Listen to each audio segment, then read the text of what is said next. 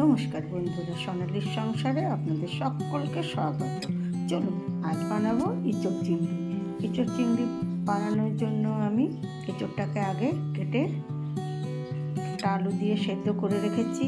এবার আমি একটা কড়াইয়ে তেল দিয়ে চিংড়ি মাছগুলো ভেজে নেব। চিংড়ি মাছগুলো আমি আগে ধুয়ে পরিষ্কার করে নুন হলুদ মাখিয়ে রেখেছিলাম। মাছগুলো ভাজা হয়ে গেলে ওই তেলের মধ্যে আমি দিয়ে দেবো সামান্য পরিমাণে চিনি।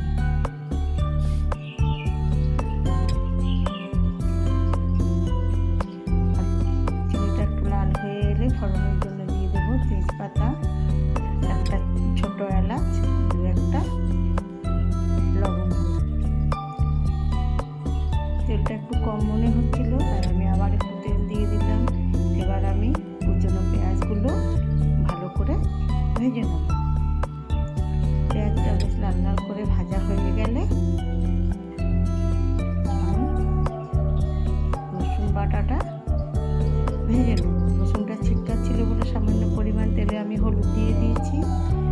রসুনটা ভাজা হয়ে গেলে এবার আমি আদা, কাঁচা লঙ্কা, জিরে, টমেটো পেস্ট করে রেখেছিলাম, সেটা দিয়ে আরও কিছুক্ষণ কষে নেব। এবার আমি দিয়ে দিলাম সামান্য পরিমাণে মিট মশলা। মশলাটা ভালো করে কষা হয়ে গেলে আগে থেকে সেদ্ধ করে রাখা এঁচোড় আলু আমি দিয়ে আবার কিছুক্ষণ কষে নেব। এবার আমি দিয়ে দেবো পরিমাণ মতো হলুদ আর স্বাদ মতো নুন। এঁচোড় সেদ্ধর সময় আমি একটু নুন দিয়েছিলাম, তাই নুনটা একটু কমই দিলাম।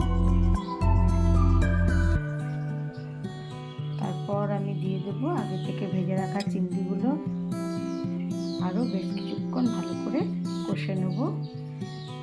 কিছুক্ষণ কষা হয়ে গেলে সামান্য পরিমাণে জল দেব। জল দিয়ে ফুটে ওঠার পর রেডি হয়ে গেল আমার এঁচোড় চিংড়ি। আপনাদের যদি ভালো লাগে লাইক কমেন্ট করে দেবেন।